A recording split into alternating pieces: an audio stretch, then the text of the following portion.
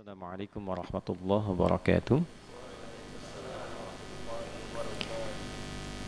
Alhamdulillahi rabbil alamin. Wassalatu wassalamu ala rasulillahil karim Nabiyyina wa sayyidina Muhammadin wa ala alihi wa sahbihi wa dhurriyyatihi wa ummatihi ila yawmiddin wa ba'd. Faya ibadallah usi nafsi wa iyyakum bitaqwallahi faqad fazal muttaqun fala tamutunna illa wa antum muslimun. فقال تعالى يا أيها الذين آمنوا اتقوا الله حق تقاته ولا تموتن إلا وأنتم مسلمون.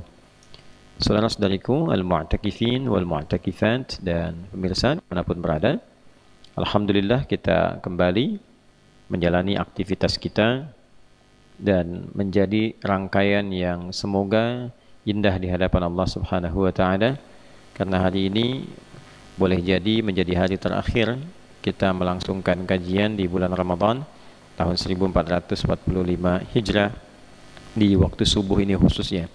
Semoga seluruh rangkaian ibadah yang kita tunaikan diterima oleh Allah Subhanahu wa taala. Semoga dosa-dosa kita berkenan diampuni oleh Allah Subhanahu wa taala, dan tentunya doa-doa terbaik kita untuk dunia akhirat kita dikabulkan oleh Allah Subhanahu wa taala. Tentu pembelajaran yang kita langsungkan akan menjadi baik di hadapan Allah bila seluruh nilai yang kita pelajari bisa kita amalkan dalam perjalanan berjuang 11 bulan berikutnya. Dan untuk itu baik kiranya kita membekali diri untuk kembali mengkaji ayat-ayat Al-Quran, pedoman berkehidupan yang Allah turunkan melalui Rasul mulia Nabiyyuna Muhammad sallallahu alaihi wasallam. Semoga kita senantiasa diberikan kesempatan untuk mencintai beliau selama berkehidupan dan diberikan kesempatan untuk membersamai beliau serta keluarga dan sahabat-sahabat beliau sallallahu alaihi wasallam di surga kelak dengan izin Allah Subhanahu wa taala. Baik, di pertemuan yang lalu kita telah belajar tentang tingkatan orang-orang yang dekat dengan Allah Subhanahu wa taala. Al-muqarrabina ila Allah Subhanahu wa taala. Orang-orang yang didekatkan kepada Allah Subhanahu wa taala, dari standar pertama keimanan, kemudian berlanjut ke ketakwaan, lalu setelah itu kita mendapatkan sifat ihsan di dalamnya, dan terakhir sifat cinta.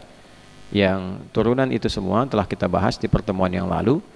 Bagi yang baru bergabung, teman-teman dimanapun berada, diperkenankan untuk melihat kajian pertemuan sebelumnya sehingga ada ketersambungan pembahasan kita hari ini dengan pembahasan yang sebelumnya. Pada standar keislaman telah kita jelaskan motivasi beribadahnya seperti apa, dampak ke kehidupannya bagaimana. Jadi kalau ada di antara orang yang menyatakan dirinya muslim, kemudian standarnya baru menggugurkan ibadah, yang penting sholat, khusyuk atau tidak perkara lain, terlambat atau tidak hal yang lain, yang penting kewajiban itu gugur, maka itu baru masuk standar pada yang pertama, keislaman.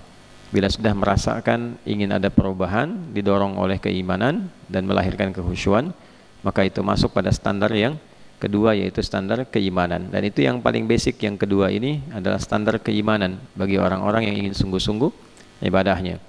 Kemudian orang-orang yang bisa mengambil nilai dari kehusyuan untuk dipraktikkan dalam kehidupan, maka dia masuk pada standar ketakwaan. Oleh karena itu orang-orang takwa perilakunya itu akan sejalan dengan nafas ibadahnya. Jadi semua bagian dari apa yang ia kerjakan adalah hasil atau dampak dari dia beribadah kepada Allah Subhanahu wa taala. Iman melahirkan kehusyuan, takwa melahirkan perilaku.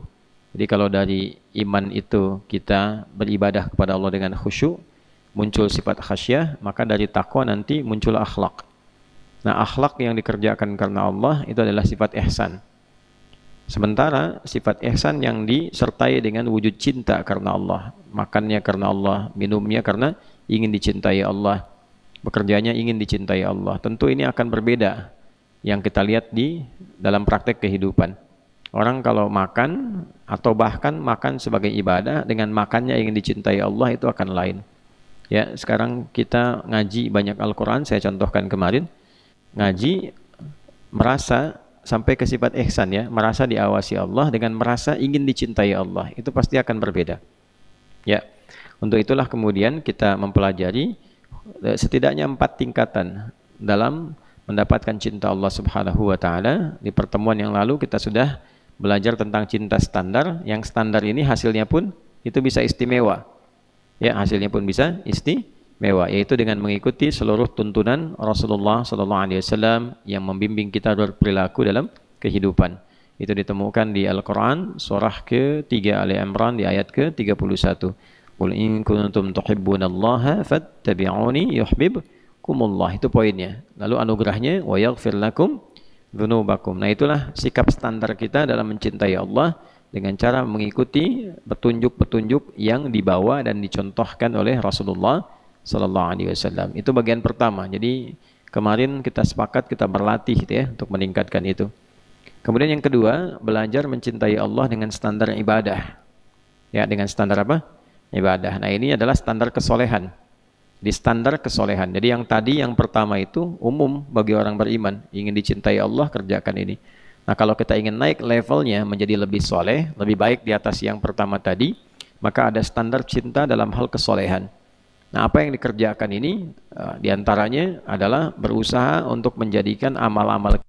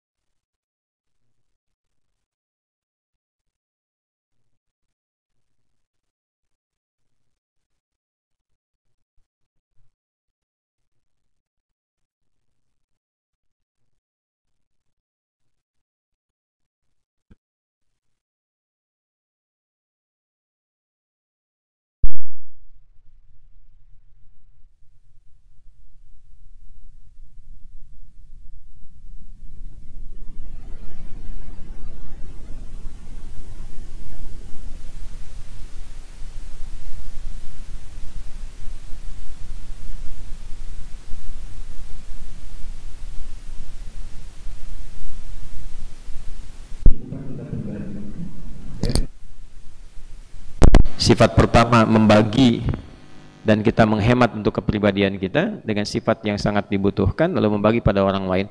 Dapat kurma 1 bagi 2, kan? Itu contoh paling gampangnya saat-saat kita berbuka misalnya, kan? Dan tidak mudah melakukan itu, punya cuma 1.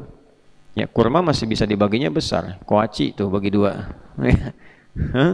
Nah, itu hal-hal yang demikian tuh ya kadang-kadang penting. Kalau berbagi 2 dengan anak kan bisa dikasih semua, ya kan? Dengan pasangan bisa dikasih semua. Tapi mungkin dengan orang-orang yang datang membutuhkan belum tentu bisa diberi. Ya, nah, ada kisah yang sangat menarik. Ini tersambung ya, silsilah kisah-kisah ini. Dulu di era-era tahun 90-an tuh sangat viral kisah ini. Ada beberapa orang pejuang sedang berjuang di jalan Allah Subhanahu wa taala. Kemudian dalam kondisi mereka di akhir itu kehausan. Yang pegang air itu cuman 1 orang, tinggal 1. Lalu dia melihat saudaranya lebih membutuhkan daripada dia, haus, padahal sama-sama haus, kan? Jadi kalau digambarkan di sini ada 4 orang lah kurang lebih, 1, 2, 3, 4. Yang di samping ini melihat ketika dia kehausan, akhirnya dia berikan air itu yang di tangan dia untuk 1 porsi itu kepada temannya. Kamu duluan katanya saudaraku, kan? Begitu yang satu mau minum, di sampingnya pun merasa kehausan, ya, dan mengiba gitu untuk bisa minum. Jadi begitu dia mau minum, dia melihat itu, dia berikan lagi. Ya, ini psikologi ya. Kalau kita mau minum terus di samping melihat ada yang pengen minum dan haus betul, sebagian dari haus kita hilang sebetulnya. Sebagian dari haus kita walaupun tetap haus, ya kan? Nah, inilah sebabnya kenapa kita mesti melihat kepada yang paling bawah untuk menimbulkan syukur. Jadi kalau kita punya 1000, ya, lihat kepada yang 500. Kalau lihat ke atas itu ingin selalu merasa nambah dan selalu merasa kurang. Itu poinnya. Tapi kalau kita melihat yang ke bawah, ya, itu akan menambah pada yang diri kita dan merasakan kenikmatan pada apa yang telah kita peroleh. Lalu yang ketiga ini begitu akan minum, kan? Dia pun melihat yang keempat tuh haus, ya. Lalu dia kemudian bagikan kepada yang keempat ini. Nah, menariknya pada bagian yang pertama itu begitu diberikan, pada yang kedua, pertama ini kemudian kehilangan kesempatannya minum dan wafat dalam keadaan dehidrasi. Yang kedua juga begitu, yang ketiga begitu, yang keempat juga demikian. Ternyata semuanya meninggal tanpa minum karena keinginannya berbagi kepada saudaranya. Bukan karena, ini aspeknya lain ya tinjauannya, bukan karena oh itu salah aja kenapa nggak diminum, bukan itu persoalannya. Ya, persoalannya adalah bagaimana kekuatan mereka yang melahirkan sifat ihsan, ingin cari amalan yang betul-betul Allah cinta. Jadi berbagi pada orang sebelum mengutamakan diri pribadinya. Nah, itu sesuatu yang tingkatnya tinggi. Jadi kalau membandingkan itu harus apple to apple. Jangan tingkat tinggi dinilai oleh orang rendah. Jadi nggak masuk tuh cara berpikirnya. Ya. Jadi berpikir kita harus menempatkan sesuai porsinya. Sama, kalau kita ingin menilai budaya di masa lalu, nah kita harus lihat landscape-nya masa lalu bagaimana. Dilihat pada periode itu, jangan dinilai dengan yang sekarang. Ya, misal terapannya. Nabi SAW menikahi Sayyidah Aisyah, ya kan? Dipinggit dalam usia yang sangat belia, kemudian mulai bergaul di usia tertentu, ya kan? Sudah mulai masuk masa remajanya, haidnya dan seterusnya, dan diajari dengan hikmah untuk menambahkan pengetahuan. Lalu tiba-tiba datang orang sekarang mengatakan, oh itu pelanggaran, menikahi anak kecil dan sebagainya. Itu salah berpikir. Ya, itu logika yang salah dan salahnya fatal gitu. Kenapa? Ya ini logika fallacy namanya dalam dunia logika itu. Kenapa? Karena dia menilai konteks dahulu dengan keadaan sekarang, masuk dulu ke kebudayaan waktu itu. Ya, yang paling menarik kan Abu Jahal gak pernah bikin isu Nabi nikah dengan anak kecil, gak pernah Abu Jahal bikin isu, sejahal-jahalnya ya, padahal itu Abu Jahal gitu. Ya, kenapa? Karena kultur masyarakat pada waktu itu beda dengan sekarang. Sama dengan Kartini, ya, waktu dipinggit usianya berapa tahun? Kan yang lebih luar biasa, nanti lihat di Eropa tuh, ya, di Perancis bagaimana, di Irlandia dengan Inggris waktu menyatu bagaimana gitu kan. Nah itu bahkan ada yang paling lebih muda lagi, saya sempat riset pada yang usia 7 tahun bahkan 6 tahun sudah dipinggit dan kemudian menikah. Itu di era-era itu. Jadi kadang-kadang beberapa masyarakat tertentu di kalangan tertentu ingin menutupi perilakunya dengan menyoal kabar persoalan yang lain yang tidak pada tempatnya. Nah, kembali kepada kita di sini, itu pernah saya bahas dalam pembahasan Sayyidah Aisyah waktu kajian di Bandung di Saf Muslimah, nanti lebih detail bisa dilihat di situ.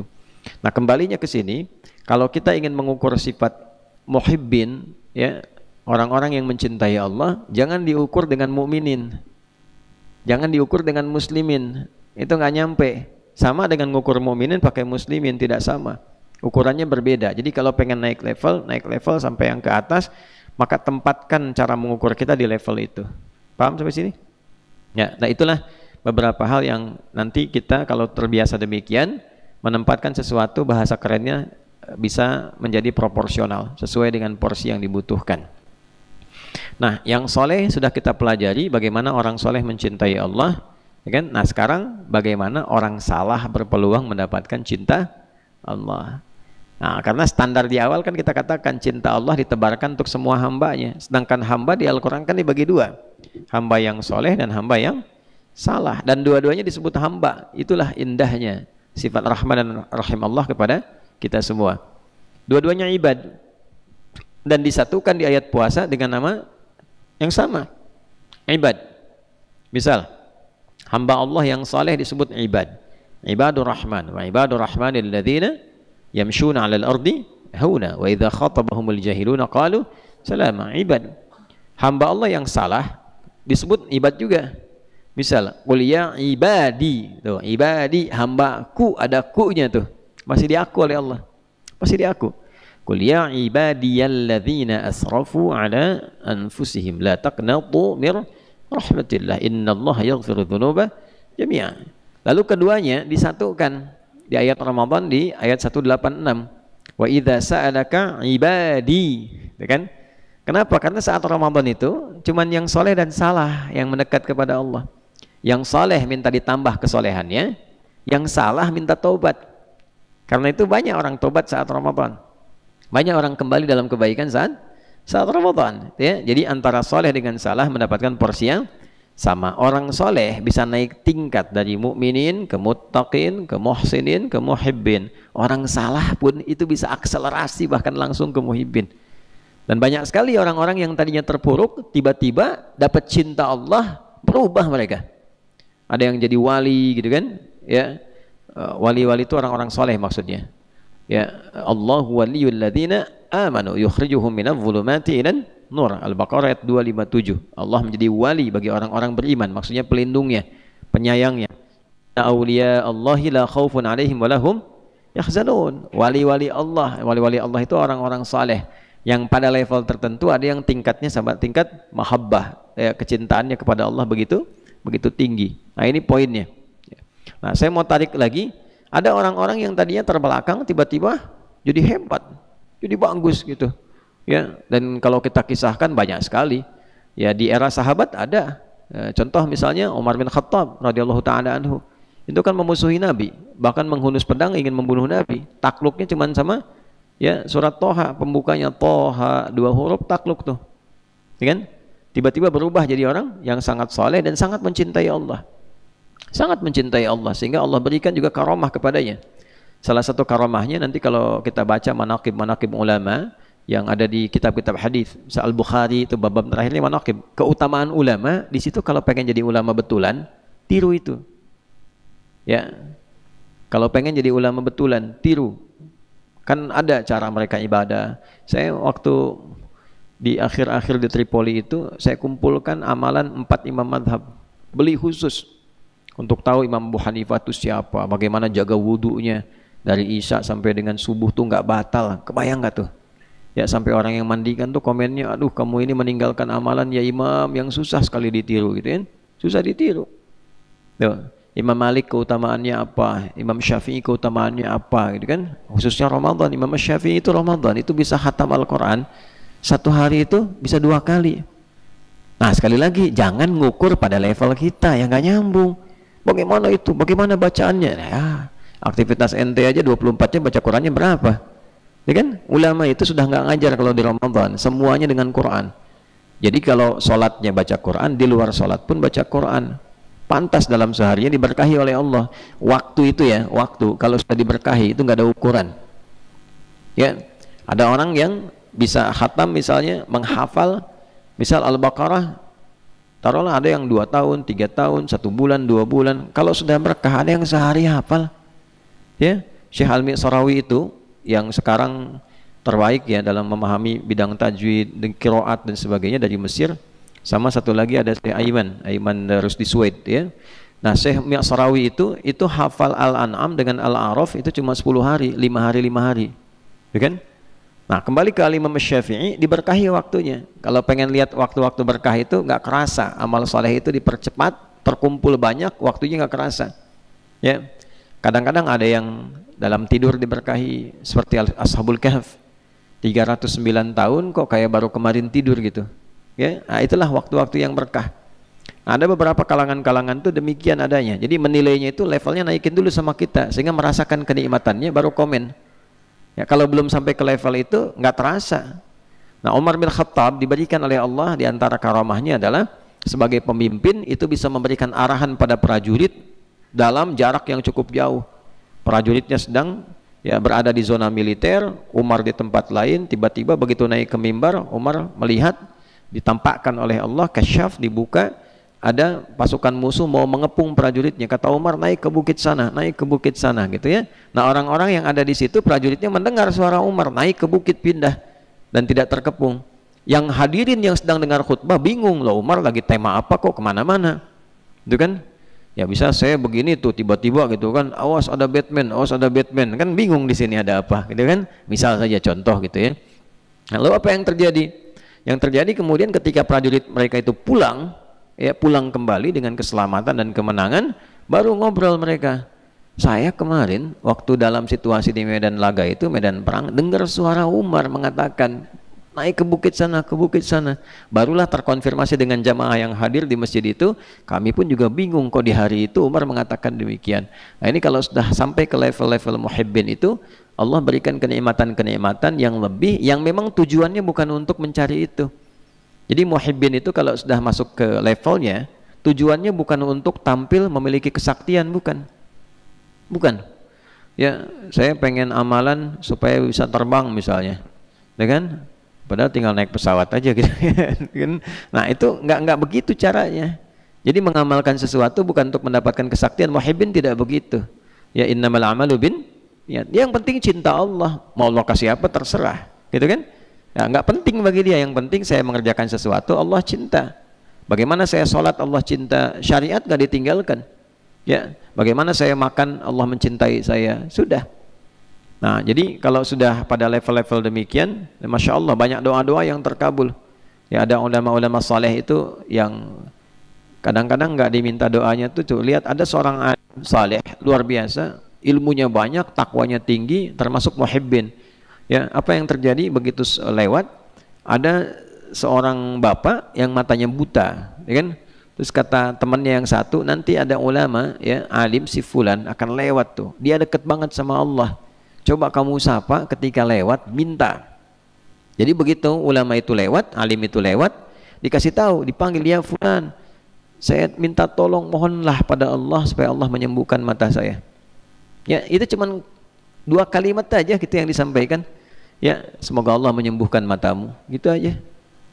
Terbuka lagi, sehat kembali. Ya, jadi orang-orang, tapi bukan itu yang dicari, bukan supaya kalau berdoa begini, kalau menatap begini, kalau melihat Pak Endang Darmaji langsung kelihatan apa isi kepalanya, keinginannya apa gitu. Nah, bukan itu yang dicari, bukan itu. Jadi puncak ketinggiannya adalah kepasrahannya untuk meraih cinta Allah Subhanahu wa Ta'ala. Dan biasanya orang-orang begitu nggak pamer, ya, nggak buka praktek gitu, ya, dan tidak terlalu royal untuk memberikan informasi, biasa-biasa saja. Ya, jelas sampai sini? Baik. Nah, pada aspek-aspek demikian kita dapatkan ada orang-orang yang dulunya larut dalam kesalahan tapi kemudian melimpah dalam kesolehan. Ya, kalau di kita yang dengar cerita-cerita di masa lalu, ulama-ulama kita misalnya ya tidak luput juga dari pantauan kita.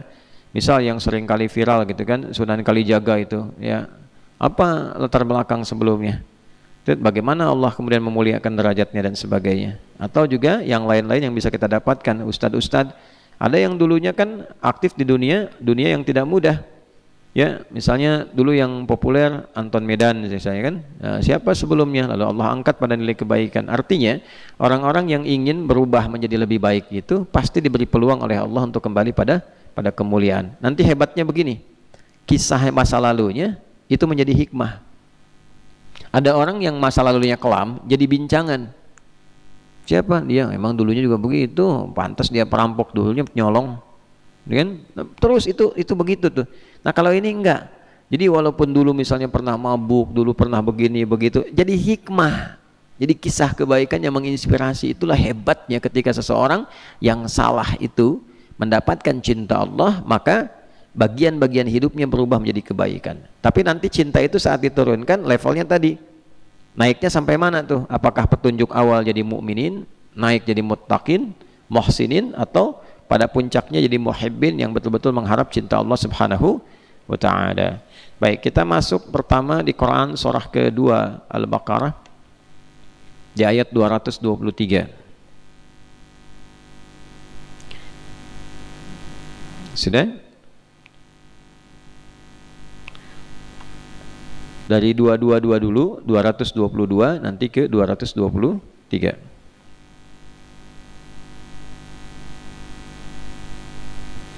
Nah, walaupun ini persoalan tentang masa-masa sucinya dan pergaulan antara istri dan suami, tapi nanti di dalamnya ada poin-poin kebaikan yang mengisyaratkan pada sifat-sifat kesolehan untuk mendapatkan cinta Allah. Lalu nanti ayat 223-nya adalah kesadaran menjaga itu minimal dengan takwa untuk persiapan pulang menghadap Allah.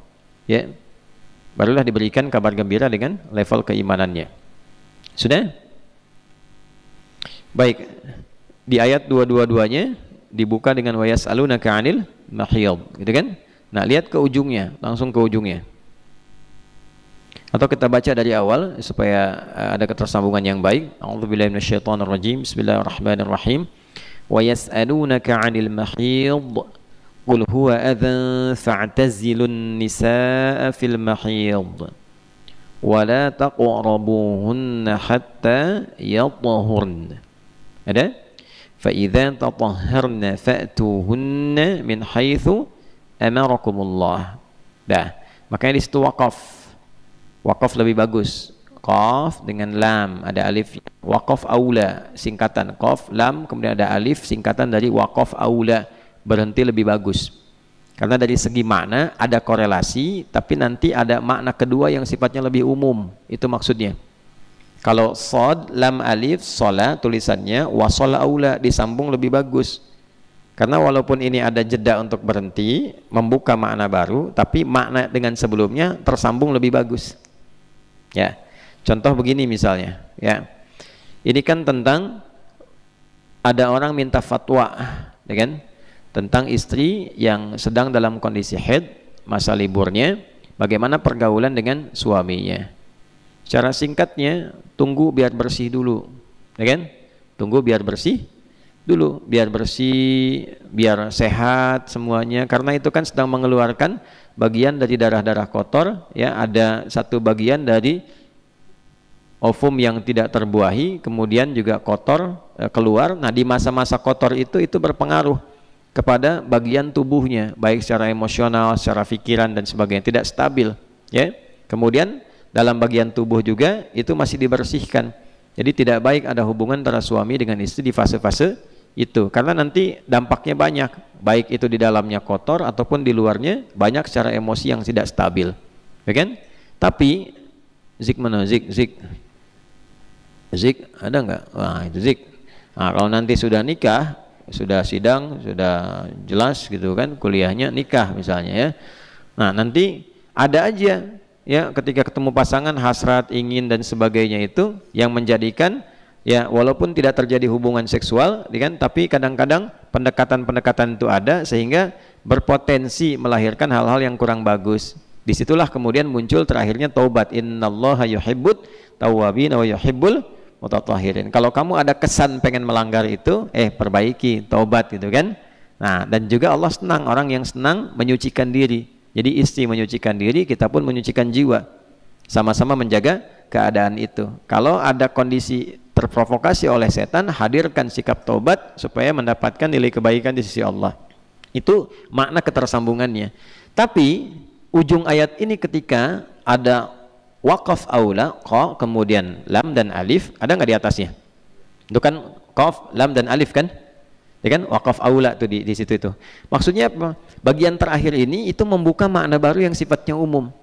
Al-ibaratu bi umumil lafzi la bi khususis sababi. Hukum itu diambil dari kadar keumuman lafaznya, tidak diambil dari kekhususan sebabnya.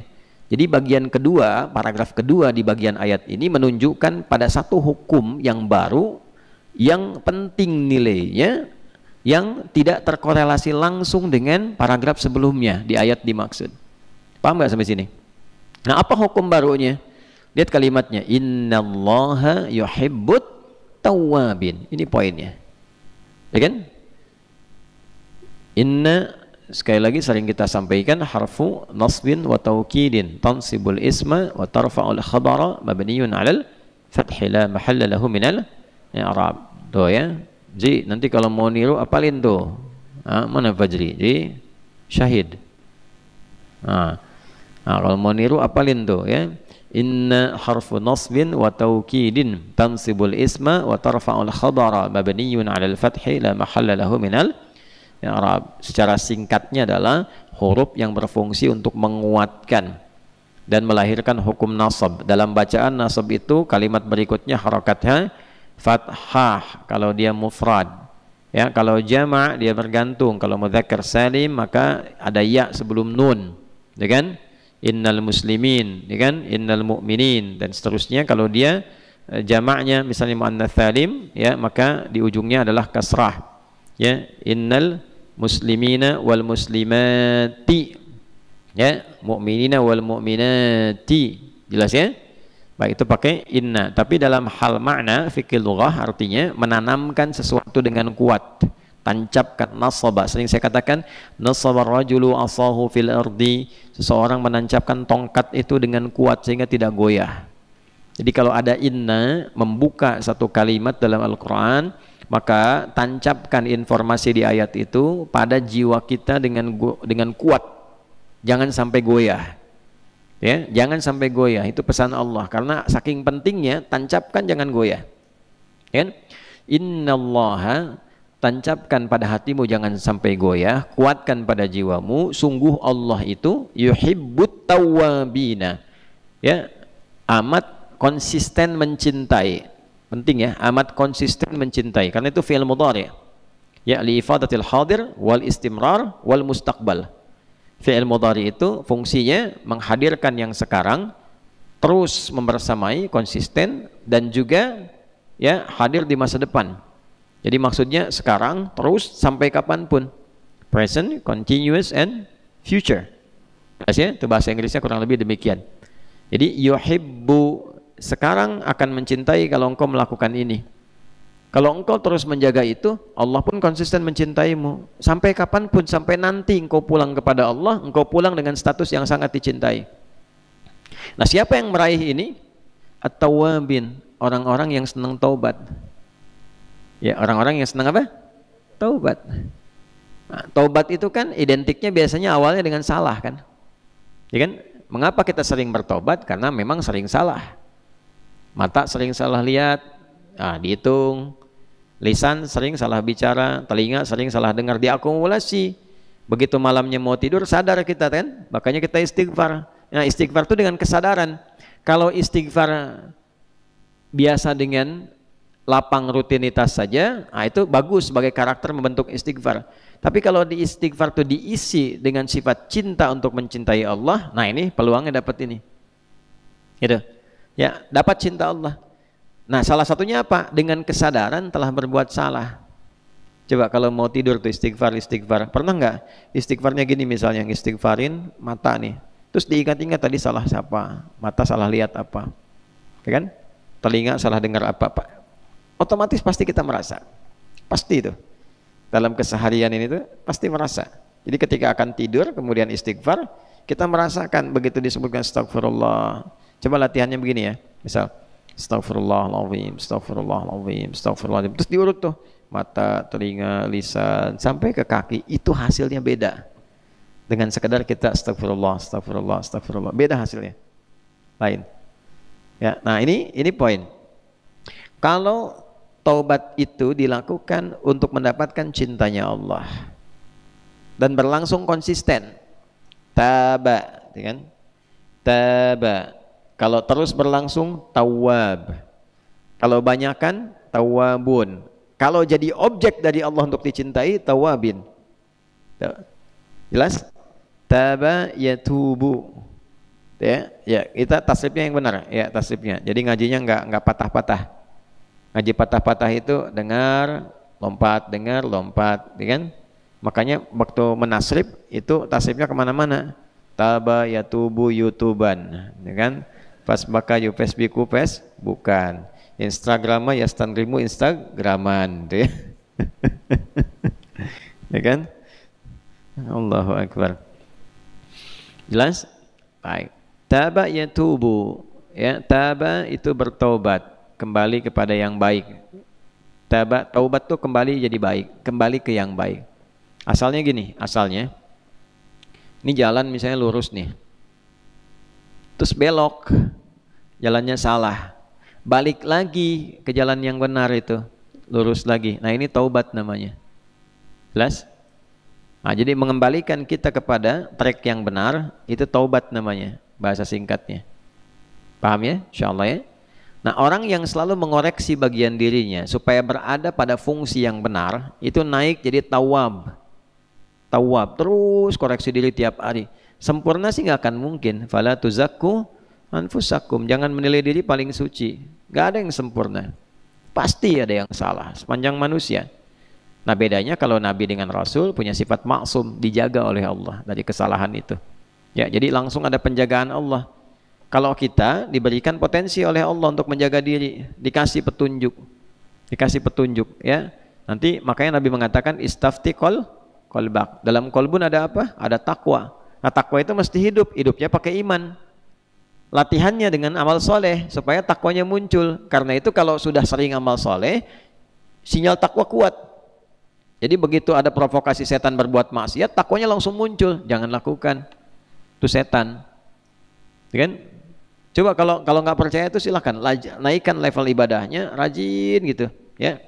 Nanti begitu ada yang mungkar, provokasi dari setan itu, nah takwa berfungsi sebagai nahyu, mencegah itu, jangan kerjakan, jangan lakukan.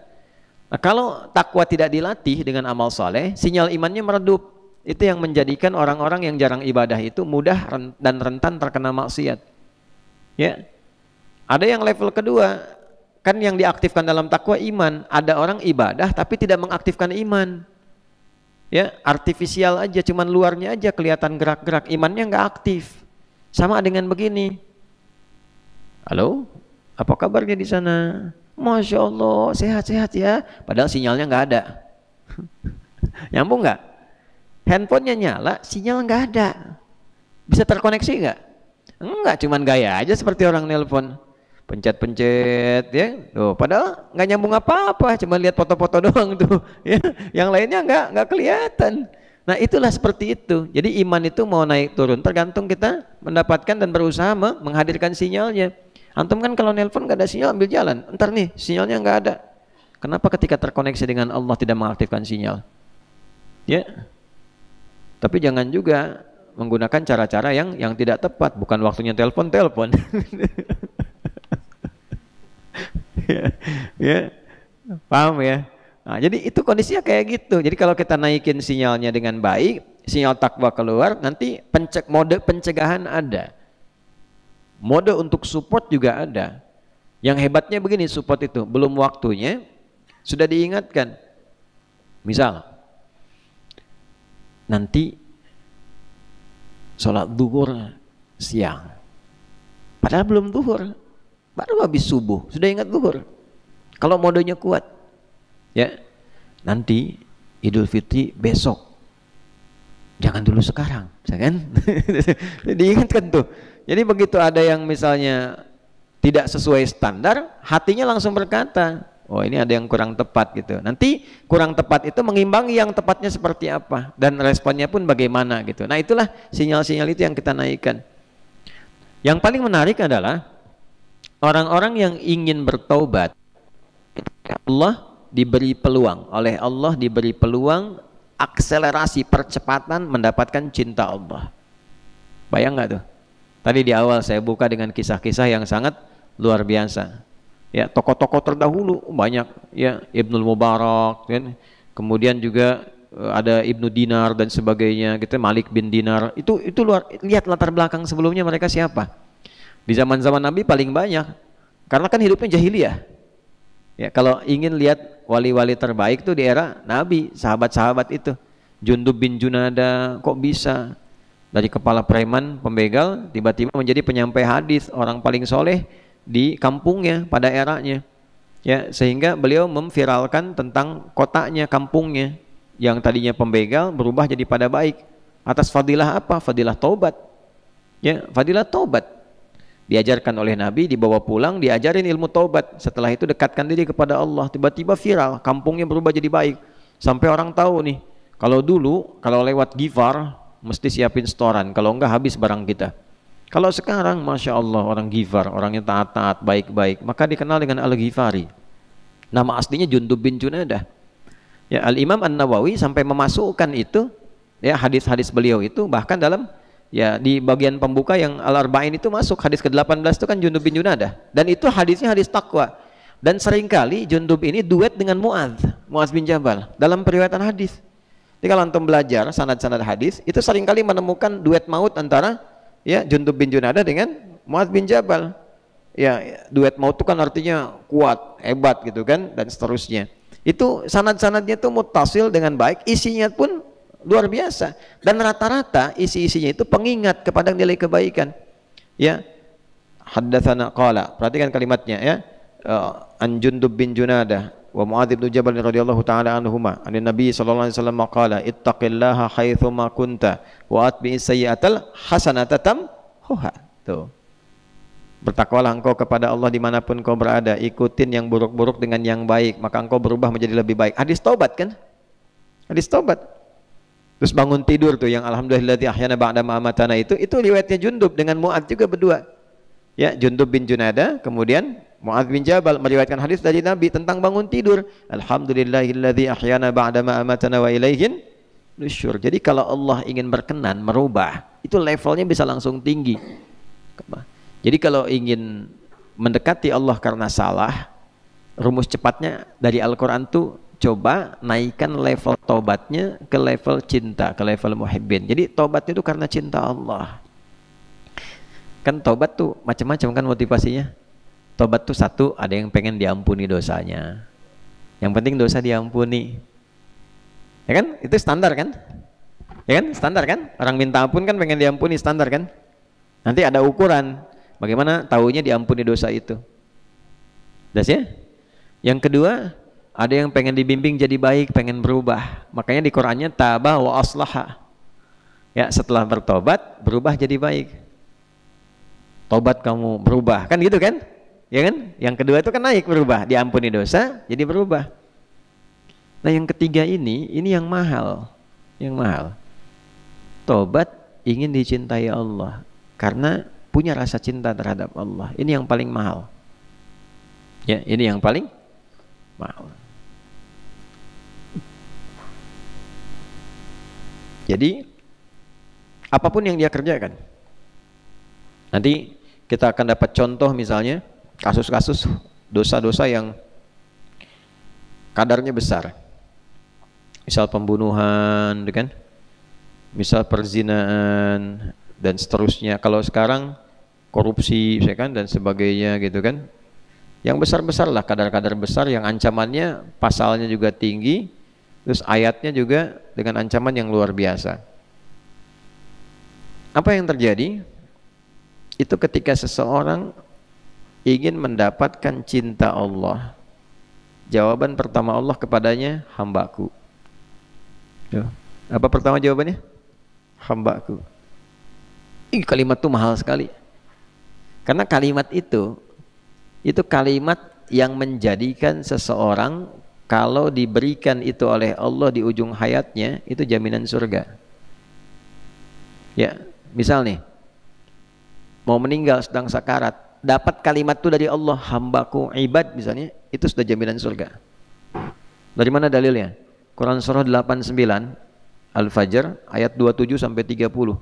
Ya ayyatuhan nafsul mutmainnah irji'i ila rabbiki radiyatan mardiyah fadkhuli fi, selanjutnya wadkhuli jannati. Itu. Masuklah engkau dalam golongan ibadi, hamba-Aku. Ya kan? Lalu ini surga yang akan kau tempati. Nah, ibadi itu siapa aja? Ibadi itu ada orang soleh meningkat kesolehan, ada orang salah taubat. Karena dua-duanya disebut ibad. Ya, ada yang pertama, ya, hamba soleh tadi yang saya sampaikan, ibadur rahman, amalannya jelas. Ada yang kedua, hamba salah. Nah, kalau pengen cepat dapat status ibad dari Allah, maka cara taubatnya berusaha mencintai Allah sehingga mendapatkan rahmatnya. Rahmat itulah yang menjadikan cinta Allah turun, dosa sebesar apapun hilang. Ya, sepanjang kaitan dengan Allah ya, nanti dibimbing oleh Allah kalau ada dosa terkait dengan manusia. Nah, rahmat Allah turun, dosa apapun potensi hilang. Itu ada di Quran surah 39 ayat 53. Yang terjemahannya sama Mas Ami udah disampaikan dalam kuldak, kultum mendadak. Ya, kita bacakan ayatnya. Baik ya. Qul ya ibadi, tuh kalau kita wakaf ibadinya muncul. Viralkan Muhammad SAW, katakan wahai hamba-hambaku. Tuh. Tadi kan kalimatnya wahai siapa? Hamba-hambaku, masih disebut hamba. Qul ya ibadiyalladzina asrafu ala anfusihim, aku tak peduli engkau laki-laki, perempuan, besar kecil, tua muda, kaya cukup. Nah, artinya apa? Ketika menggunakan alladzina, setidaknya kurang lebih 1080 disebutkan dalam Al-Quran, 1080 kali, itu mencakup semua tanpa kecuali. Artinya jangankan yang biasa-biasa, yang kaya pun bisa maksiat, dan maksiatnya bisa lebih banyak. Ya, jangankan yang tidak punya kedudukan, dengan yang punya kedudukan bisa maksiat. Jangankan yang ilmunya standar, ustadz kiai bisa maksiat, ya. Dan pada titik tertentu maksiatnya tinggi, level tertinggi, ya. Berapa yang kita dapatkan oknum-oknum pengajar melakukan pelecehan pada santri misalnya, ya kan? Berapa yang kita dengar tiap hari, ya, pejabat yang korupsi, yang menyalahgunakan wewenang misalnya, atau juga ya sama aja dengan masyarakat dan sebagainya. Udah miskin judi, udah miskin mabuk, udah tahu miskin zina juga gitu kan, ya, udah miskin sombong. Ya, kayak sombong aja bermasalah, miskin sombong lebih masalah, ya kan? Tapi selalu ada jalan keluar. Nah, jalan keluar ini bukan berarti dimudah-mudahkan. Maksiat aja dulu, ntar juga ada jalan tobat, gitu kan? Nah, itu tidak tepat. Seseorang yang menyiapkan rencana maksiat itu dosanya berkali lipat dibandingkan dengan orang yang larut tak sengaja dalam maksiat atau terbawa dalam maksiat. Hati-hati, provokasi setan itu demikian tinggi. Qul ya ibadiyalladzina asrafu ala anfusihim. Muhammad firalkan SAW kepada siapapun hambaku dengan semua status duniawinya ketika melakukan maksiat tingkat tinggi, israf. Saya pernah contohkan pertemuan lalu, israf, berlebihan. Udah banyak dosanya. La taqnatu mir rahmatillah. Jangan putus asa dari rahmat Allah. Rahmat di situ cinta Allah. Untuk memberikan kasih, rahmat kan kasih. Kasih itu nggak mungkin muncul tanpa cinta. Ya, rasa cinta dulu baru kasih muncul. Kasih sayang itu kan muncul karena cinta. Kalau nggak cinta nggak ada kasih sayang. Ya, aku mencintaimu, begitu cinta itu muncul baru ada kasih sayang. Mengasihi dan menyayangi. Kalau nggak ada rasa cinta nggak mungkin. Ya, ada habbah dulu baru muncul mahabbah. Hub, ya, hub, mahabbah itu kan ekspresi cinta dengan kasih dan sayang. Kapan munculnya? Ketika ada hub benih cinta, habbah benih-benih yang ditumbuh. Ya, habbah itu tumbuhan yang merambat, habbah, kan? Ya, kalau dia tumbuhan yang besar itu nawa namanya. Ya, innallaha faliqul habbi wan nawa, ya kan? Di surat Al-An'am itu. Ya, hab itu tumbuhan yang merambat, pohon merambat, ya kan? Kalau nawa pohon besar tumbuh. Nah, kenapa pakai hab turun jadi mahabbah? Karena cinta itu merambat biasanya. Ya, ada tahapan-tahapan untuk berkasih sayang itu sehingga merasakan kesempurnaan dalam cinta itu. Nah, sama orang kembali ke Allah pun ada tahapan-tahapan. Itulah indahnya bahasa Quran itu pakai itu. Nah, ketika tahapan itu pada tingkat tertingginya yang turun rahmat Allah Subhanahu wa taala. Ya, kalau sudah turun rahmat, apa yang terjadi? Innallaha yaghfirudz dzunuba jami'a. Tanamkan, pakai rumus yang tadi di ilmu nahunya. Coba tanamkan ke hatimu, jangan goyah, yang paling dalam. Allah akan mengampuni. Yaghfir pakai fi'il mudhari. Kamu jangan pikirin lagi yang dulu-dulu. Jangankan yang dulu, sekarang kamu tobat, kamu sekarang diampuni, kamu akan dijaga kalau betul-betul mencintaiku, kata Allah. Dijaga dari dosa-dosa besar. Yang dulu diampuni semua dosanya. Gitu. Nanti dibimbing. Kalau dosanya kaitan sama Allah, langsung gugur. Tinggal nanti amal soleh meningkat untuk nutupin, dikasih hidayah oleh Allah, kasih hidayah. Ya, kasih hidayah. Apa diantara contohnya? Dulu jarang sholat, bahkan nggak pernah sholat, tobatnya dengan rasa cinta pada Allah, diterima tuh tobatnya. Nanti didorong untuk meningkat amal solehnya, naik ibadah sunnahnya, pengen ganti yang dulu-dulu gitu. Ada rasa itu. Nanti kalau kaitan sama manusia, dibimbing supaya selesai dengan manusianya, dilapangkan hatinya untuk minta maaf. Gitu. Karena beda urusan sama Allah dengan urusan sama manusia itu. Kalau dengan manusia dua tahap nanti. Sama Allahnya selesai, sama manusia belum, masih gantung. Makanya urusan manusia itu rumit, sama Allah itu lebih gampang. Ya, rumit itu kenapa? Karena dua tahap. Kalau sama Allah, sama pencipta. Sama manusia dua tahap, sama yang diciptakan Allah kaitan dengan Allahnya juga. Gitu kan? Allah bikin hukum, apa hukumnya? Kalau dengan urusanku aku ampuni, kalau dengan dia kamu taklukkan dulu nafsumu, selesaikan dengan dia, baru turun ridho dariku. Tuh. Nanti kalau belum selesai masih gantung. Ya, makanya ini sering nih saya perbaiki ya persepsinya. Pemahamannya diperbaiki dulu. Jangan dikira kalau sudah selesai puasa itu tiba-tiba kosong-kosong. Ya. Bisa-bisa 10 kosong itu. Kosong-kosong itu kapan terjadi? Dengan dua hal tadi. Ya, hubungan dengan Allah baik, hablum minallah, hubungan dengan manusia baik, hablum minan nas. Jadi kalau misalnya hubungan dengan Allah baik, dari antara 2 dengan 0 itu 1 selesai. Nah dengan manusianya kalau belum selesai masih 0,1. Jelas? Itu harus diperbaiki. Perbaiki. Dan itu ketika menyampaikan pun jelas apa masalahnya. Ya, nggak bisa antum bikin umum. Maafkan ya kalau memang ada salah. Gitu aja. Ya memang ada. Salahnya apa? Nah nanti manusianya berapa? Nah ini makanya jangan main-main kalau bikin dosa kaitan dengan manusia. Hakun adami itu repot. Ya, manusianya berapa yang terlibat? Pak Dulu misalnya nih. Dulu ada persoalan sama Ipul, ya kan? Contoh aja, jangan marah ya. Contoh nih, contoh. Nah, Dulu sama Ipul, Pak Dulu sama Ipul ada persoalan nih. Satu misalnya Ipul masalah sama Pak Dulu.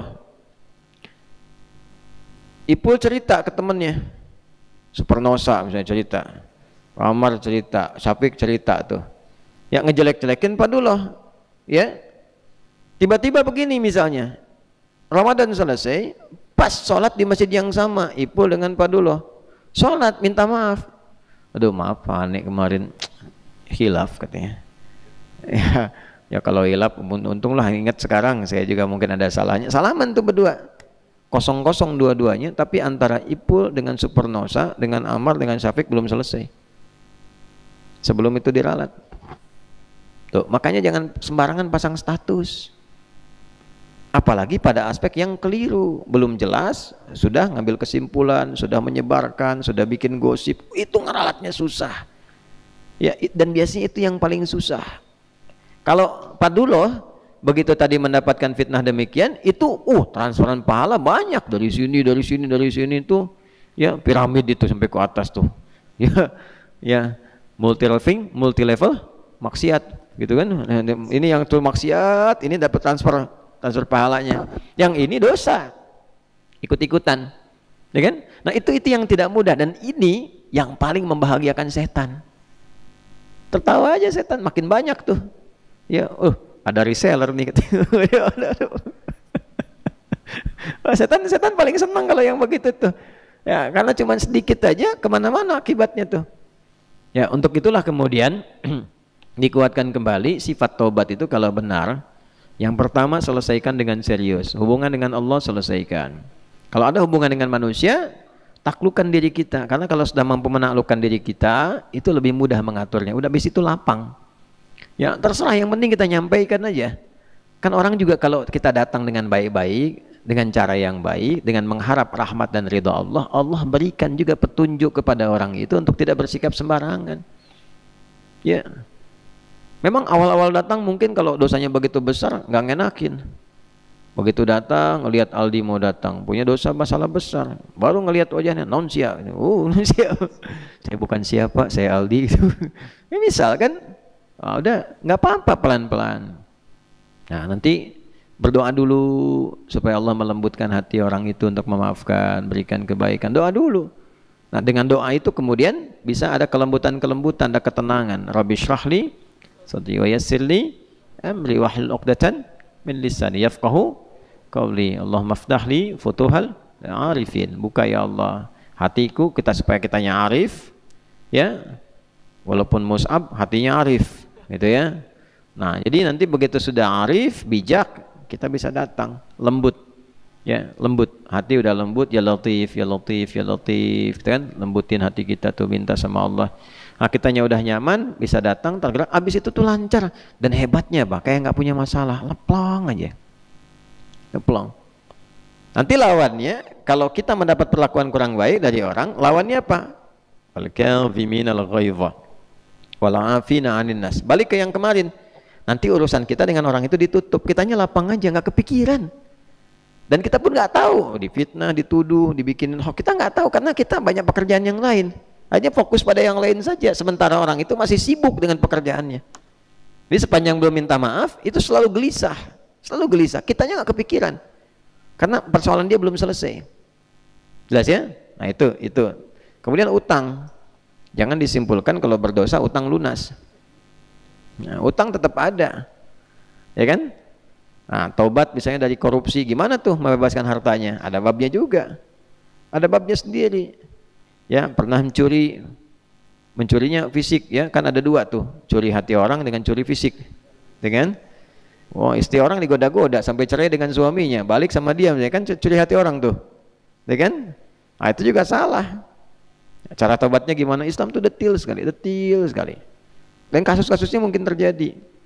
Ya, kemudian apalagi? Ya, pencurian dan seterusnya. Ya, dosanya bagaimana? Tobatnya bagaimana? Terus riba, misalnya tobatnya bagaimana dan seterusnya. Ya, jangan aneh-aneh lah, aneh-aneh. Antum yang riba, ustadz yang suruh bayarin, itu kan? Aneh mau hijrah ustadz, mohon dibantu, kena hutang riba. Ya kita suruh bayarin, kapan kita ceramahnya? Tobat dulu yang benar, ikhtiar dulu. Jangan datang ke ustadz suruh bayarin, gitu kan? Ya berikan ustadz kesempatan membimbing lewat ilmunya. Antum ikhtiar. Ya, kalau nggak ikhtiar, nggak yakin sama Allah, belum muncul mahabbahnya. Yang punya rezeki siapa? Allah. Minta doa sama ustadz. Bayar cari sendiri, ikhtiar dulu. Datang ke Basnas, datang ke mana, konsultasi. Ya, sekarang paket lengkap ustadz itu. Udah ngajar pulang diketok, malam ditungguin gitu kan. Wah. Tapi alhamdulillah, artinya ada kesadaran. Ada kesadaran, ya. Walaupun cara masih belajar dengan yang lainnya. Nah, itulah mahabbah, untuk mendapatkan rasa cinta. Makanya kita saling mendoakan. Termasuk orang-orang yang ada di LP misalnya, lembaga pemasyarakatan, kita doakan tiap hari. Doakan supaya mereka jadi baik, dapat cinta Allah, kan? Sehingga keluar jadi baik lagi, ya, dan bersyukur karena diisolasi supaya tetap belajar pada kebaikan. Kita doain, jangan pelit berdoa, doakan nggak bayar, ya. Allahumma ighfir lil muslimina wal muslimat, itu masih umum, satu-satu. Ya Allah doain, ya pemimpin doakan, ulama doakan, rakyat doakan. Ya Allah, siapa di lingkungan kita berikan hidayah, ya, orang-orang berlaku maksiat, ya Allah terima taubatnya. Itu mungkin dari sekian banyak, boleh jadi ada satu dua yang sampai saat kita ikhlas, sampai beberapa orang balik jadi baik, gitu ya. Nah, kalau kita bersikapnya seperti itu, insya Allah baik. Walaupun selalu akan menghadapi ujian, itu biasa dalam hidup. Kemudian yang terakhir, nanti ada bab khusus. Bab khusus. Ya. Bab khusus ini kasusnya tidak biasa karena jarang terjadi. Kalau yang 3 tadi itu sering kita dapatkan dalam keseharian. Yang standar ada, yang soleh ada, yang salah ada. Caranya begitu kalau pengen akselerasi. Nah, bab khusus ini misal contoh bab militer. Ada amalan prajurit yang dicintai Allah, itu ada. Jangan dikira biasa-biasa saja, tidak. Ada orang-orang yang hidupnya memilih di karir militer. Saya TNI itu, ya. Nah, kemudian ada yang bagian keamanan, Kamtibmas, polisi dan sebagainya gitu. Itu ada zikir-zikir tertentu yang mendekatkan dia kepada Allah, dan ada amalan yang ketika dikerjakan cinta Allah diturunkan. Ya. Nah, ada zikir saat operasi, begitu mau operasi, mau berangkat, ya. Tuntutan militer ada zikirnya juga. Ketika itu dibacakan, keluarga dijaga supaya tenang oleh Allah. Kesejahteraannya dijamin. Ya, kesejahteraan. Makanya di dalam fikih Islam, orang-orang yang sudah mengenakan seragam perjuangan itu nggak boleh mikirin kesejahteraan lagi. Negara harus hadir memberikan kesejahteraan karena udah nggak sempat ke yang lain. Dia mencurahkan pikiran, tenaga, bahkan jiwanya demi menjaga keamanan di wilayahnya. Itu nggak boleh mikirin kesejahteraan lagi. Ya, di era-era dulu Islam, terutama waktu semakin maritim kuat di era Utsman bin Affan itu, itu gaji paling besar itu tentara di antaranya. Dan Nabi itu mensupport perjuangan tinggi. Jadi kalau mau berangkat itu, siapa nih yang mau menyiapkan kudanya, siapa menyiapkan, itu semua berlomba. Lomba para saudagar itu justru menyiapkan harta mereka untuk mensupport, bukan supaya di backingi usahanya jalan, bukan. Supaya gimana caranya mereka itu bisa berjuang dengan baik. Jadi jangan sampai mau berangkat ke medan militer, tiba-tiba istrinya WA, Mas ini beras habis gitu, bingung tuh. Ya udah mau nembak WA datang beras habis itu kan, video call kena kan repot. Ya makanya negara mesti hadir. Apalagi kalau udah dilarang, nggak boleh berbisnis, nggak boleh ini. Terus sejahteranya bagaimana? Gajinya naikin. Tolong pemerintah tuh, tentara kita gajinya naikin. Ya sejahtera sehingga dengan sejahtera itu nyaman hidupnya, tenang, enak. Itu dalam Islam begitu.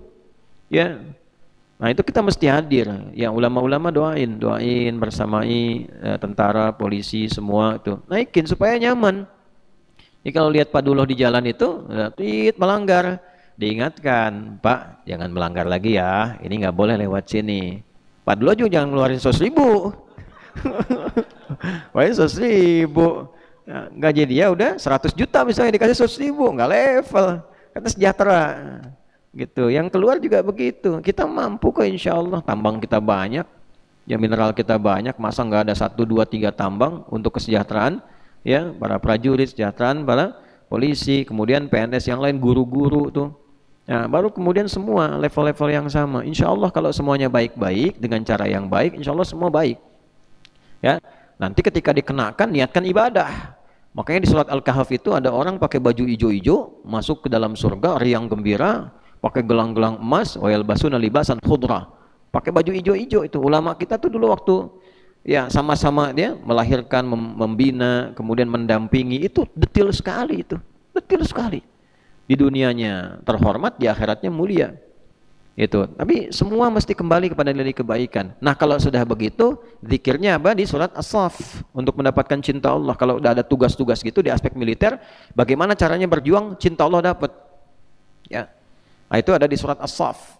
Saff, barisan yang kuat, yang kokoh, jadi pasukan yang kuat, yang kokoh, yang rapi. Di ayat keempat, coba halaman 551, paling kanan tuh sebelah bawah, ayat keempat. Innallah yuhibbu, tuh, yuhibbul ladzina yuqatiluna fi sabilihi shaffa ka'annahum bunyanum marsus. 551 betul enggak? Paling kanan. Ya, nah ayat 4 tuh. Innallaha yuhibbul ladzina yuqatiluna fi sabilihi shaffa ka'annahum bunyanum marsus. Allah sangat mencintai, pakai fi'il mudhari. Alladzina yuqatiluna, orang-orang yang berjuang, qital di sini dalam medan perang, dalam militer. Perjuangan menjaga supaya aman, tenang, masyarakat tentram. Makanya ibadahnya bisa enak. Itu ada di surat Quraisy. Li'ilafi Quraisy, ilafihim rihlatasy syita yuwasif. Falyabudu rabb hadzal bait alladzi at'amahum min ju'. Stabilitas ekonomi. Negara itu bisa tenang rakyatnya kalau nggak lapar. Yang penting nggak lapar. Kalau lapar pasti kriminal, maksiat, pengen nyuri, pengen ngerampok, asalnya karena lapar. Makanya gimana caranya ekonomi stabil? Itu teori pertama dasar bernegara. Ada beberapa pilar di Al-Quran. Pilar spiritual, pilar ekonomi, nanti pilar fisikal. Ya, yang satu itu pilar spiritual dulu. Spiritual itu penting, paling kuat, berketuhanan, dasar kita, ketuhanan yang Maha Esa. Mesti ada ketuhanan. Ketuhanan itu kalau punya Tuhan, punya nilai-nilai berketuhanan, nanti nilai spiritual kuat. Walaupun lapar, tetap emosi stabil, fisik tetap kuat. Itu kita lapar sekarang puasa, main bola kuat aja. Ya. Dulu militer, waktu aksi militer perang Badar kan Ramadan. Kita waktu proklamasi Ramadan, 9 Ramadan. Jangan lupa. Ya, jangan lupa itu. Nah, kemudian yang terjadi apa? Orang-orang yang saat lapar itu emosi juga stabil. Ketika dia apa? Spiritualnya meningkat.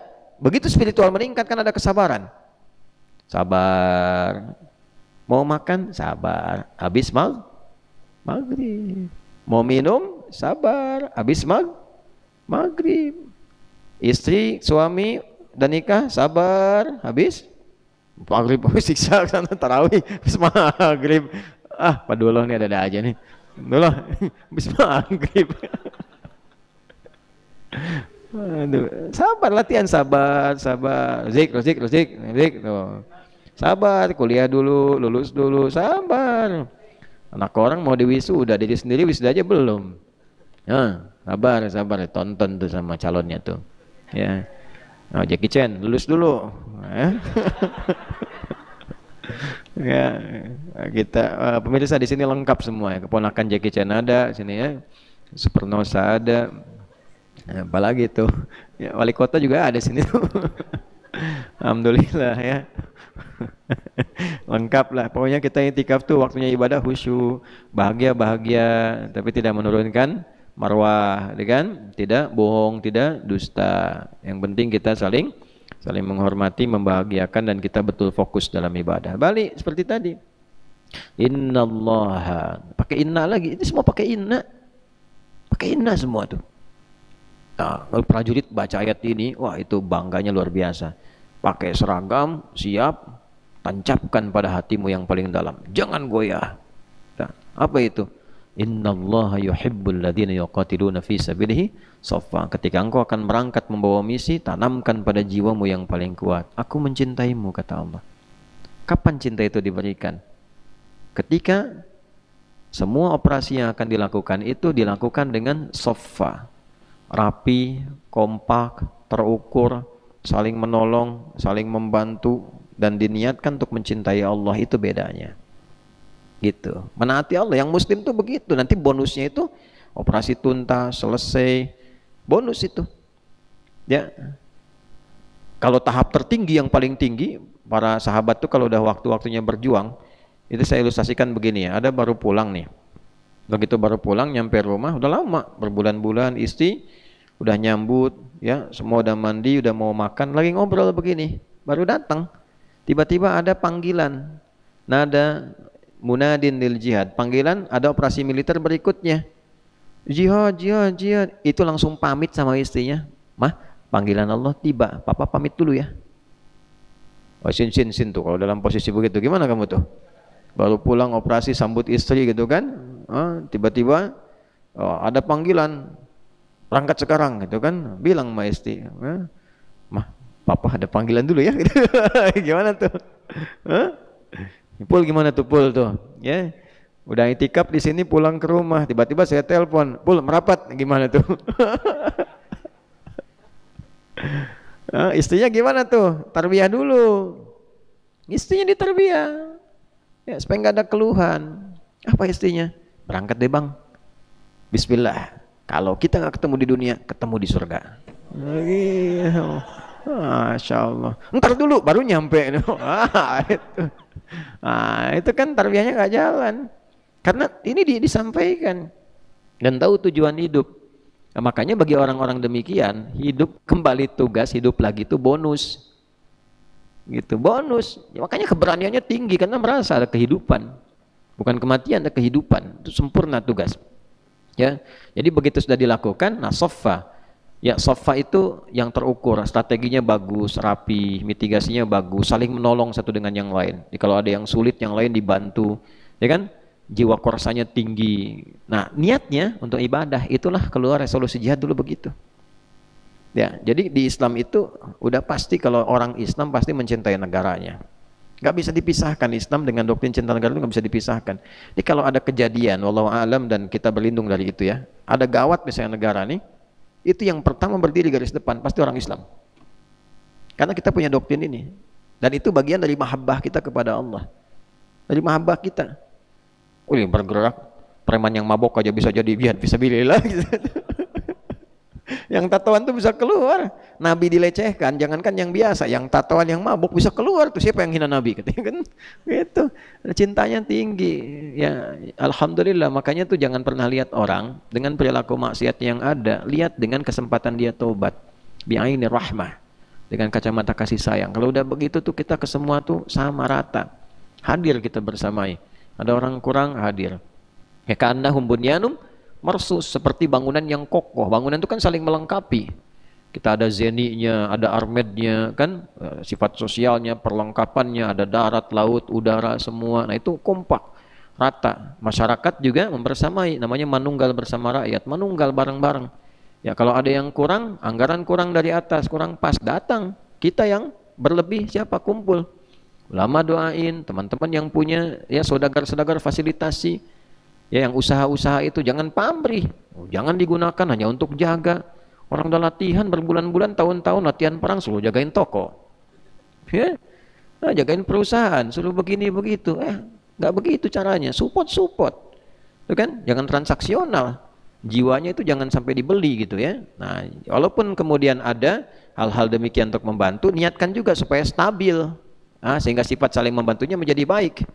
Ya, jangan melayani pada sesuatu yang buruk. Kalau sudah begitu, apapun yang dikenakan itu nilainya cinta Allah turun. Nah, terus antum nih murid-murid yang jadi pejabat ke atas itu, nah itu disupport, siapkan, harus tahu, paham hukum ini, paham. Oh, petugas guru, sejahterakan guru supaya ngajarnya nggak nyambi-nyambi sehingga murid ilmunya tetes-tetes. Ya, tetes di sini, tetes di sana, nggak nyambung-nyambung. Ya baru ngajar di sini anaknya teriak, SPP belum dibayar Pak. Akhirnya pamit sebentar waktu istirahat, ngajar les dulu. Balik lagi. Ya, di sini ngelas, di situ ngeles gitu kan. Jadi nggak nyambung. Lasan belum selesai udah ngeles ke sana. Ya, akhirnya ditanya, "Dari mana Pak?" Jawabannya ngeles. Ya kan? Jadi nggak nyambung, ilmunya nggak utuh. Sama, ya. ASN itu kan ada 3. Ya. Satu siapa? Ada guru kan, pengajar dan seterusnya. Kemudian TNI, Polri. Yang ketiga kan di birokrasi, sama-sama semua itu. Nah, sifat-sifatnya beda-beda. Rakyat-rakyat ini kalau sudah itu baik, kita juga jadi sejahtera, terdorong. Insya Allah, ya. Makanya awalnya itu kenapa ketuhanan dulu? Karena dengan berketuhanan itu turunan yang berikutnya muncul semua. Ya, manusia itu bisa adil dan beradab kalau merasa ada Tuhan. Kalau nggak ada Tuhan, nggak merasa ada Tuhan, itu mohon maaf, adab nggak akan muncul. Ya. Ojek jalan sama calonnya tuh, nggak bertuhan misalnya tuh, nggak bertuhan, bukan cuma naik beca sebeca berdua tukang beca selasan, nggak ada, bukan cuma itu. Ya begitu jalan yang dilewati misalnya sepi, ya, suasana hutan dan sebagainya, nggak merasa ada Tuhan, itu berubah. Ya, Razik yang kelihatan sekarang seperti seorang dai bisa jadi monster saat itu tuh, karena hilang, nggak ada Tuhan, nggak ngerasa ada Tuhan, bebas melakukan apapun. Karena itu di tempat-tempat yang merasa nggak bertuhan, maksiat itu biasa aja. Tapi ketika bertuhan, ketuhanan yang Maha Esa, punya Allah kita, ada kontrolnya. Disuap pakai surat sendirian, uangnya nempel, merasa punya Allah. Ada Allah, malu enak. Ya kan? Sama anak orang nggak sembarangan gitu. Ya, nyaman kita.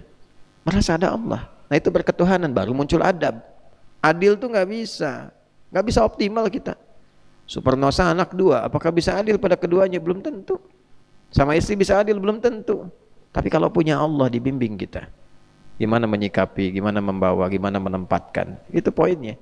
Ya, kita bersatu. Kalau yang bukan menggerakkan sifat ketuhanan, nggak akan bisa. Ikhtiar kita aja itu pasti punya kompensasi. Sekarang maunya tuh begini, bayarannya apa? Dapat apa gitu. Tapi kalau kita lakukan lillah, nggak ada bayaran, semua kuat. Ya.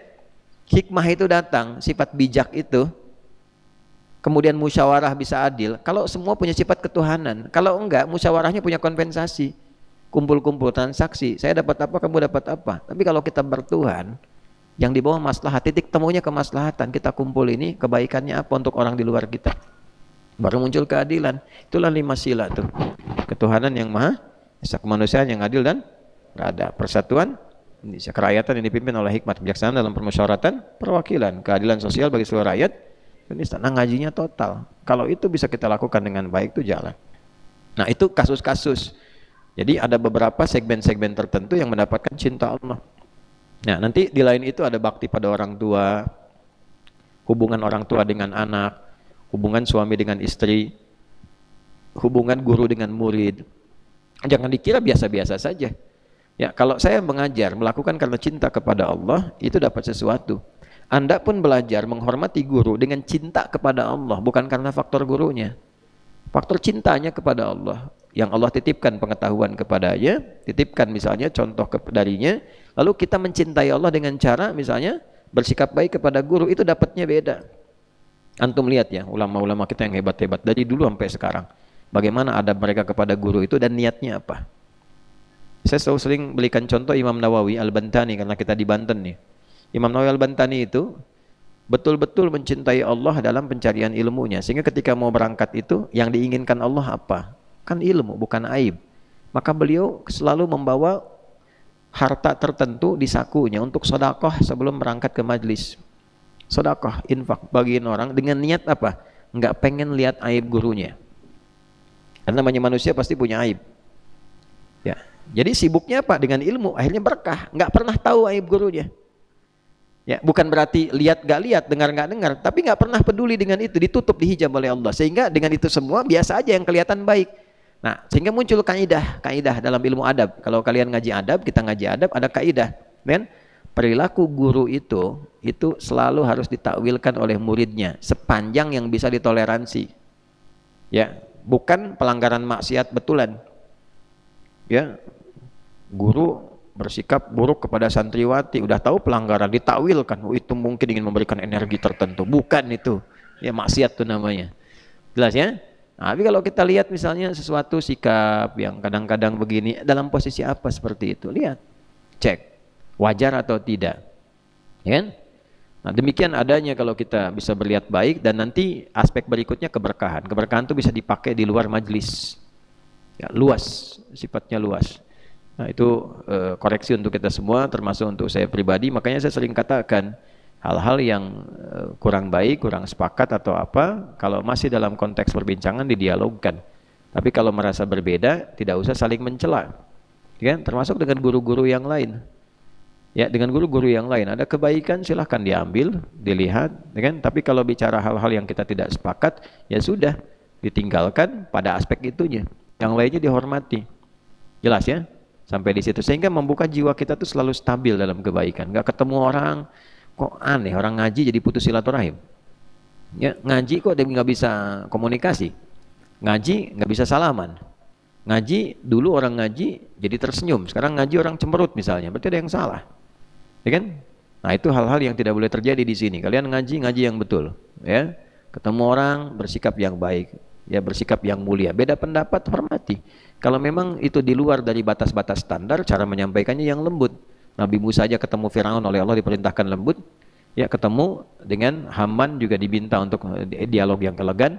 Masa kita berhadapan dengan orang-orang yang tidak seperti itu, kemudian sikap-sikap kita tidak demikian. Nah, itulah level-level muhibbin. Ya, belajarnya karena cinta pada Allah atau karena pengen pintar. Kalau pengen pintar aja nanti penuh dengan dalil, tapi ekspresi dalilnya tidak optimal. Ya, jadi muslim yang maksimal. Ya, bukan hanya ganteng maksimal, tapi ya muslim maksimal. Muslim maksimal itu levelnya muhibbin. Habis ini bikin kaos nih, muslim maksimal. Itu ya, kurang lebih demikian. Dan ini edisi akhir kita di Ramadan 1445 Hijrah. Kita sudah berusaha yang bisa kita lakukan, semampu yang kita lakukan untuk meningkatkan ibadah. Mudah-mudahan dinilai sebagai ketaatan pada Allah Subhanahu wa taala. Kita juga berusaha mengoreksi diri. Nanti sore kita husukkan niat kita sebelum akhir dari hari ini untuk sama-sama kita berdoa, minta kebaikan, minta diampuni dosa. Dan demikian seperti saya sampaikan tadi, setelah kita qiyam, bahwa semua kita pasti punya jejak-jejak hal yang kurang baik. Untuk itu alangkah lebih baik semuanya melepaskan diri sehingga keluar dari sini semua baik. Ya, tidak ada yang nyangkut-nyangkut dan seterusnya. Ada masalah di apapun, baik yang kecil atau lagi yang kompleks, yang besar, semua diselesaikan dalam keadaan yang terbaik insyaallah. اللهم تقبل منا إنك أنت السميع العليم وتب علينا إنك أنت التواب الرحيم اللهم ربنا آتنا في الدنيا حسنة وفي الآخرة حسنة وقنا عذاب النار اللهم اجعل بقية حياتنا حياة طيبة وآخر وفاتنا حسن الخاتمة توفنا مسلمين والحقنا بالصالحين مع الذين أنعمت عليهم من النبيين والصديقين والشهداء والصالحين وحسن أولئك رفيقا اللهم تقبل منا صلواتنا وقيامنا وركوعنا وسجودنا وصيامنا ورمضاننا وتمم تقصيرنا يا الله يا أرحم الراحمين ربنا آتنا في الدنيا حسنة وفي الآخرة حسنة وقنا عذاب النار وصلى الله على سيدنا محمد وعلى آله وصحبه أجمعين وآخر دعوانا الحمد لله رب العالمين.